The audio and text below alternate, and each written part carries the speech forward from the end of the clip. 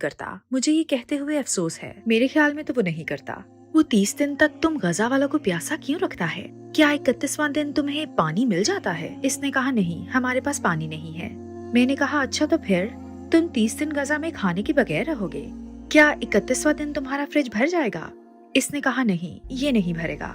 मैंने कहा तो फिर तुम्हारा खुदा तुमसे मोहब्बत नहीं करता, समझी? मुझे रोजा रखने का कोई एक फायदा भी बता दो। और उसने मुझे उस वीरान से कमरे में कहा था, मैं गरीबों को याद रखने के लिए रमजान के रोजे रखती हूँ। और इस बात पर मैंने उस लम्हे सोचा, अगर यही इस्लाम है तो मुझे मुसलमान हो जाना चाहिए। क्योंकि अगर कोई ऐसा यकीन है जिसमें आप खुदा पर ईमान रख सकते हैं और किसी दिन वो कुछ ना दे तब भी शुक्रगुजार हो सकते हैं, अगर एक ऐसा यकीन है जिसमें आपके पास खाने की एक प्लेट है और वो आप किसी अजनबी को दे देते हैं, ओह मेरे खुदा वाह, तो यही है। Assalamu alaikum brothers and sisters. We saw that 80% of our audience, including this video, are not subscribed to our channel.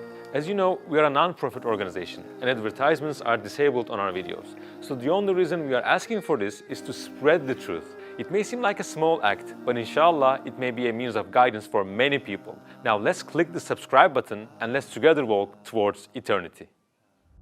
आपने बताया कि उन्होंने आपको कुरान दिया था, फिर क्या हुआ? आपने इसे पढ़ा? जी, मुझे वो कुरान तोहफे के तौर पर दिया गया था और एक दिन जब मेरे बच्चे काम पर चले गए तो मैंने इसे खोला। मैंने सोचा ठीक है, मैं अपने हाथ धो लेती हूँ। मुझे मालूम है वो भी हाथ धोते हैं और ये बहुत संजीदा किताब है। मैंने इसे संजीदगी से देखा। ये मेरा सहीफा नहीं था, लेकिन सहीफा तो था। हो सकता है यही हकीकी सहीफा हो, लिहाजा चलो मैं इसे एहतराम से पढ़ती हूँ। तो मैंने अल फातिहा पढ़ी और सोचा अच्छा ये तो रब की दुआ की तरह है। वही चीज, सिर्फ और सिर्फ खुदा की इबादत करो, सिर्फ इसी से मांगो, सिर्फ इसी का शुक्र अदा करो, बुरे ना बनो, नेकी करो, मैं ठीक हूँ। तो सूरतुल फातिहा अच्छी थी। ये मेरे ईसाई एतकादात के मुताबिक थी। लेकिन फिर सूरतुल बकरा आई और फिर एक आयत सामने आती है। इनमें ऐसे भी हैं जो कहते हैं कि वो मोमिन हैं, लेकिन इनके दिल में नफाक है और वो जानते हैं कि वो सच नहीं बोल रहे और अल्लाह झूठों से नफरत करता है। गोया ये मेरी मुनाफकत से मुझे आगाह कर रहा था और मुझे बता रहा था कि मैं जहन्नम में जाने वाली हूँ, क्योंकि मेरा खुदा पर यकीन तो था लेकिन इसके लिए कुछ नहीं कर रही थी और मैं बुरे फैसले कर रही थी। मैं अच्छी इंसान नहीं थी, इबादत भी नहीं करती थी और मुझे इस पर अफसोस भी नहीं था और मैं झूठ बोल रही थी। मैंने कुरान बंद किया और सोचा, ओह मेरे खुदा, मुझे इससे सर्द महरी का एहसास मिला। ये एक गर्म दिन था लेकिन बहुत ही खौफनाक और मेरे लिए कुरान खौफ सदा करने वाला था। लिहाजा मैंने इसे लेकर ऊंचे शेल्फ पर रख दिया और सोचा, वाह लोग खुश अखलाक और किताब जारे मिजाज, क्योंकि मैंने खुदा को पहले कभी इतने गुस्से में नहीं देखा था और वो मुझ पर गुस्से था। क्या आपको मुसलमानों ने दावत दी?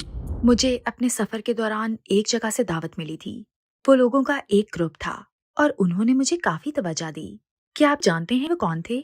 Somali taxi drivers. वो मौका नहीं जाने देते, वो इस तरह की बात नहीं करते। ला ला ला ला ला।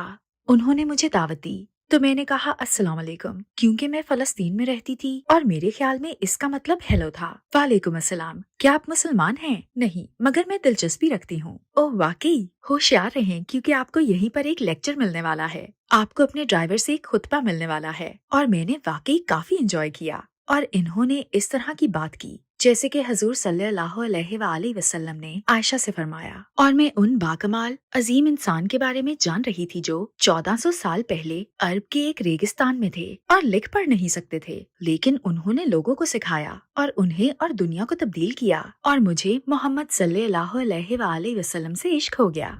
इस्लाम कबूल करने के हवाले से आपका आखिरी कदम क्या था?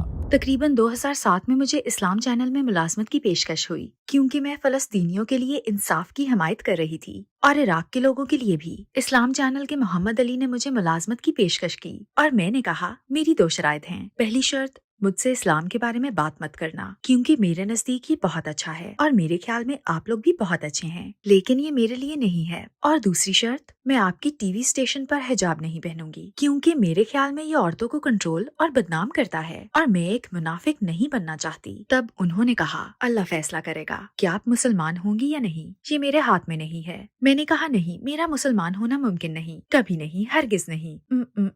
मोहम्मद अली ने कहा, हो सकता है आप मुसलमान हो जाएं। मैंने जवाब दिया, मैं नहीं होंगी। उन्होंने कहा, ये तो अल्लाह जानता है। मैंने कहा, ठीक है, और हिजाब के मतलब क्या ख्याल है? उन्होंने कहा, ठीक है, हिजाब ना पहने।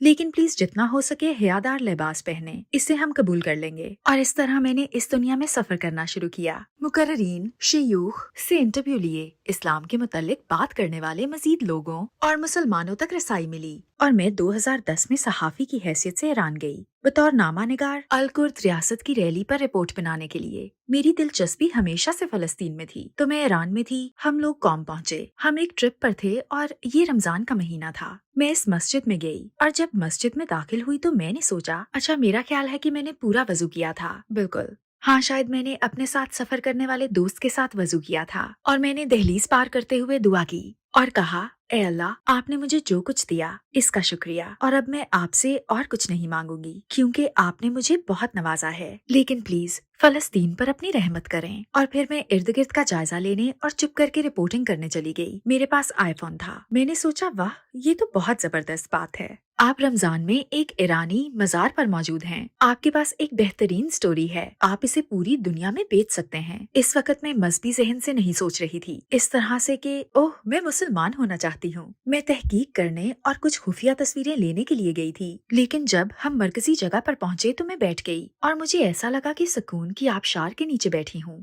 जैसे मैं हर परेशानी से आजाद हो गई हूँ। मेरा दिल बिल्कुल पुरसकून हो गया। मुझे अपना नाम भी याद नहीं था। मैं लॉरेन बूथ बिल्कुल भी नहीं थी। वो तख्लीक, जात की तख्लीक, अना, हमाकत, जो कुछ भी था सब गायब हो गया। ये बेहतरीन एहसास था और मैं वहाँ से हिलना भी नहीं चाहती थी। यूं मैं रात मस्जिद में ही सो गई और सुबह मैंने वजू किया और फजर की नमाज पढ़ी। और इस लम्हे मैं अपने दिल में जानती थी कि मैं मुसलमान हूँ। इस वक्त मैं जानती थी कि खुदा एक है। हजरत मोहम्मद सल्लल्लाहु अलैहि वसल्लम 100% नबी थे। फिर क्या हुआ? आपके इर्द गिर्द लोगों का रद्द-ए-अमल कैसा था? मैं कलमा शहादत पढ़े बगैर लंदन वापसी की फ्लाइट नहीं लेना चाहती थी, लेकिन मुझे कोई ऐसा शख्स नहीं मिला क्योंकि मेरी फ्लाइट सुबह 6 बजे की थी। तो मैं लंदन की एक मस्जिद में गई। पता है क्या हुआ? सुभान अल्लाह, जब मैंने शहादत कहा, अशद ठुफ, जैसे मेरे मुंह से सीमेंट की स्लैबें गिर रही हों, जैसे मेरी जुबान से सोने की बार्स निकल रही हों। अशहदु अल्ला इलाहा इल्लल्लाह, ऐसा लगता था जैसे कोई जल्जला आया हो।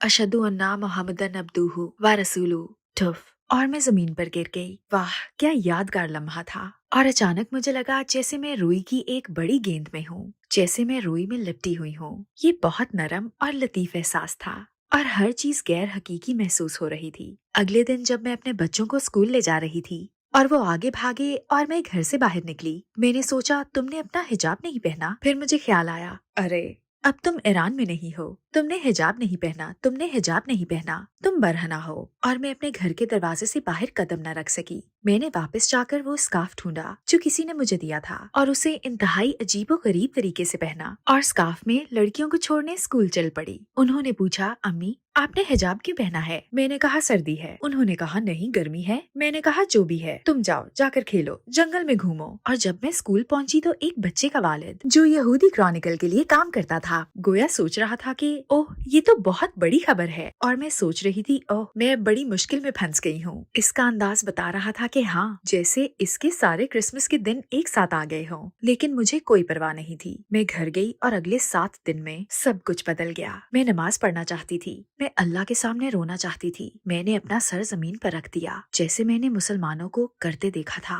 और मैं 2 बातें बार बार कह रही थी। मैंने सिर्फ इतना कहा, आपका शुक्रिया, और मैंने कहा माजरत। मैंने कहा, मुझे ये जिंदगी देने का शुक्रिया, वो सारी मोहब्बत के लिए जो मुझे हासिल है, हर वो चीज जिसका मुझे कभी एहसास नहीं हुआ, जैसे मेरी खूबसूरत बेटियां। मैं मोहब्बत से वाकिफ हूँ। मुझे मौके और एक अच्छा खानदान मिला और मैं आपको जानती हूँ। आपका शुक्रिया। और फिर मैंने कहा, माजरत, बहुत ज्यादा माजरत। और मैं तकरीबन 1 हफ्ता खूब रोई। लेकिन फिर मुझे दोबारा कुरान उठाना पड़ा और मैं घबरा गई। चुनाचे मैंने जुमा के दिन कलमा शहादत पढ़ा और मेरे बच्चे अपने अबू के पास थे। हम में तलाक या अलहदगी हो चुकी थी और उस जुमा की रात मैं सोच रही थी, अच्छा ठीक है, बच्चे जो हैं। मैंने कलमा शहादत पढ़ा, घर गई और सोचने लगी, आज जुमा की रात है, चलो किसी मर्द दोस्त को फोन करती हूँ। ओह, तुम ऐसा नहीं कर सकती क्योंकि तुम्हें पता है। चलो सिगरेट पीती हूँ। लेकिन मैं सिगरेट नहीं पीना चाहती क्योंकि मैं जानती हूँ कि मुझे नमाज पढ़नी है।